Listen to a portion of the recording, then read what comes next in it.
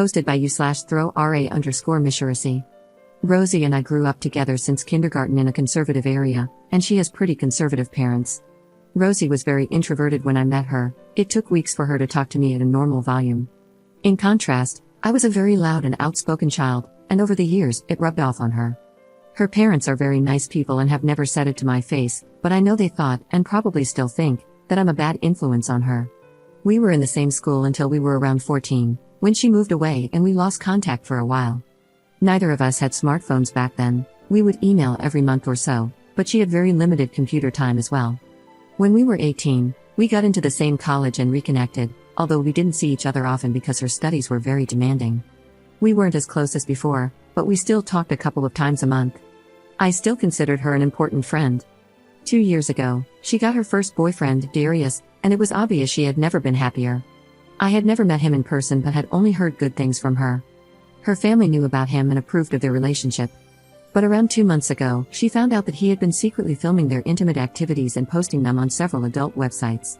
He did not censor her face, and he had amassed a not insignificant number of followers from these videos. She was mortified and heartbroken but didn't want any of their mutual friends to know, for fear that people in real life could potentially search for and see those videos. Since their social circles were very intertwined, she had no one to confide in, and I was one of the few people who knew. She stressed that her parents could not find out. They were under the assumption that both she and Darius were Christians and were saving themselves for marriage, and if they did, they would likely cut her off financially. Her mutual friends with Darius did not know what happened, just that she dumped him and it didn't work out. She was very depressed and suicidal afterward, and having dealt with depression and suicidal thoughts myself, I took her out almost daily to check on her and to give her someone to vent to. Her other friends noticed she was down, but she attributed it to dealing with the breakup and the stress of impending exams. I don't know what the exams are called in English, but it's something like the bar exam for lawyers. It's a big deal. The day she died, I went to pick her up from her dorm for dinner, but she didn't answer her phone or the door. She lived in a single room. I don't want to go into the details, but I was the one who found her. She didn't even leave a note. I had to call her parents and tell them about it. When they came, her mom started shouting that I was a bad influence, that I gave her depression, and implied that I drove her to unalive herself. I heard through the grapevine that Darius told her parents they were only on a break and were working things out, and he has been comforting her parents and helping organize her funeral/memorial. I am disgusted. I want to tell her parents, but I don't want to tarnish Rosie's memory. I also don't think her parents will believe me. I am not invited to her funeral, and I am wondering if I should go anyway. I want to see her one last time, but I'm afraid I might cause a scene if I go. I also haven't cried once since the incident. I think I may still be in shock. I am waiting for the grief to hit me, but it still hasn't yet. I feel like I'm supposed to be traumatized, but all I feel is numb. I don't know if this is the right sub for this, but I'm looking for advice on whether to go to the funeral, whether to approach her parents or confront Darius, and if so, how, and I guess just how to navigate this whole situation emotionally. And I know Reddit is the first to suggest therapy, so trust me, I'm on it. I can't afford individual therapy, but I'm on a wait list through my university's mental health program. I don't have an exact timeline for when I expect to be seen yet. Edit. I tried replying to all the comments but got a bit overwhelmed. Thank you all for the advice and hugs. I want to clarify a few things and share what I've decided so far, thanks to all your help. Rosie deleted all the videos she could find when she found out, and we talked mostly in person. I have some texts from her saying how betrayed she felt and how exhausting it was keeping up appearances and pretending to be fine, but nothing concrete. I have decided not to go to the funeral. I want to respect her parents' wishes, and it probably wouldn't end well anyway. I'm working on finding out who else Rosie told. She said she only told 2 other high school friends. I did some IG sleuthing and I believe I found one of them. I sent a message asking to talk about Rosie, but she hasn't responded yet. After the funeral, I want to tell Rosie's parents part of the truth so they can have some closure and kick Darius out of their lives. I want to punch his face in, seriously. I hope to enlist the help of Rosie's other friends who have more credibility with her parents. So far, I'm thinking of telling them that Darius filmed her in the shower without her consent and posted the videos. That way it's 90% the truth, and I wouldn't have to reveal that they had intimacy. I will leave the decision to pursue things legally up to them. I will still try to reply to comments, but I need a small break for now. Talking about this is pretty mentally draining. Thank you all again. Update 1 month later. Hey, just wanted to write down my thoughts and update anyone who was wondering how things went after Rosie's funeral.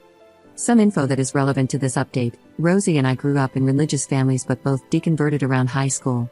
She wasn't religious for the duration of her relationship with Darius, but her parents believed she was still Christian.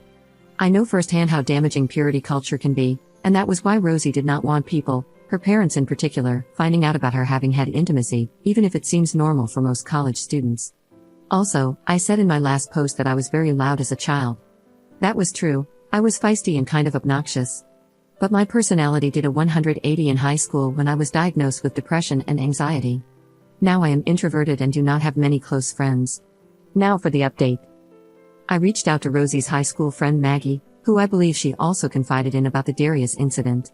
Rosie had also told Sophie, another high school friend. The three of us swapped stories and ended up reaching out to Gwen, Rosie's best friend in college. Gwen was doing an exchange program overseas at the time of Rosie's death, and she had no idea all of this had been going on.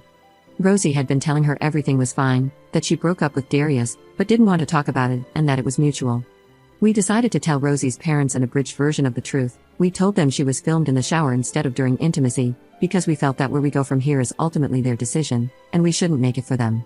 Gwen is on good terms with her parents and met with them to tell them in person. Thankfully, they believed her right away. With Rosie's parents' blessing, Gwen blew up all of their group chats, telling people what Darius had done. She also spread the abridged version. Within a couple of hours, Darius's ex, Nora, 21F, from about 3 years ago, reached out to Gwen to say that she had also been filmed without consent and was too scared to say anything before. Nora made an official statement with our school, and the school is investigating Darius. Nora and Rosie's parents have also gone to the police. Nora had more solid evidence against Darius, so hopefully, they will convict him. Unfortunately, this meant we had to come clean about what Darius had actually filmed. Rosie's parents weren't as mad as I feared and didn't hold our abridging of the truth against us. There's no verdict as of now.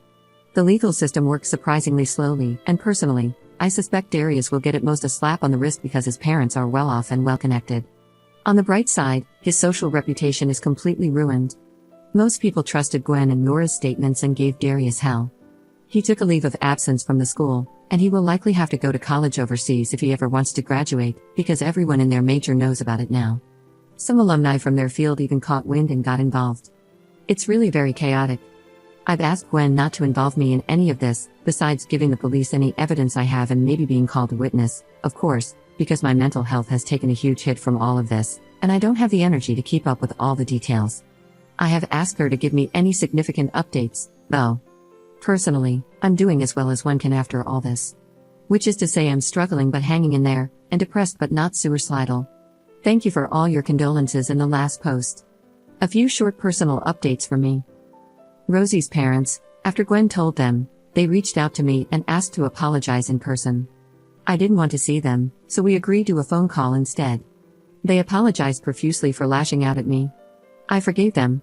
They didn't know what was going on. I was hurt, but they had just lost their daughter and were understandably very emotional. I probably won't have much to do with her parents going forward. I didn't see them very much before, but I am glad to have resolved this misunderstanding. The funeral/memorial, Gwen was not able to sit down with Rosie's parents until after the funeral. She also had to miss it because she was still overseas at the time. We waited until she came back, so sadly, I missed it. Rosie was cremated, and her parents gave Gwen some of the ashes. Gwen took Maggie, Sophie, and me to her and Rosie's favorite spot on campus, and we set up a picnic there. We spread some of her ashes, had a moment of silence, and started swapping stories about Rosie and her life. I had my first real cry after Rosie left, maybe 3 weeks after her death.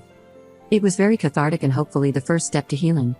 Therapy, I told my parents about everything, and they helped me find a therapist with a shorter wait list than the ones at school.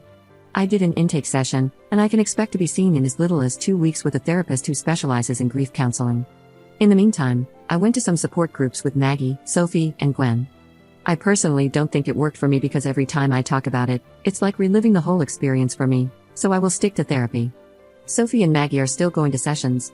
What's next? My semester is almost over, so I'm trying to tough it out until then. I've told professors in my department about Rosie, they've heard about what happened, and they've been really kind and given me extensions on most of the work I missed.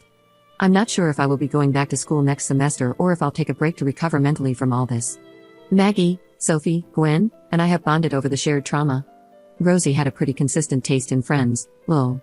We will be keeping in touch and leaning on each other. That's about it from me. Thank you if you've read this far. Typing this out helped.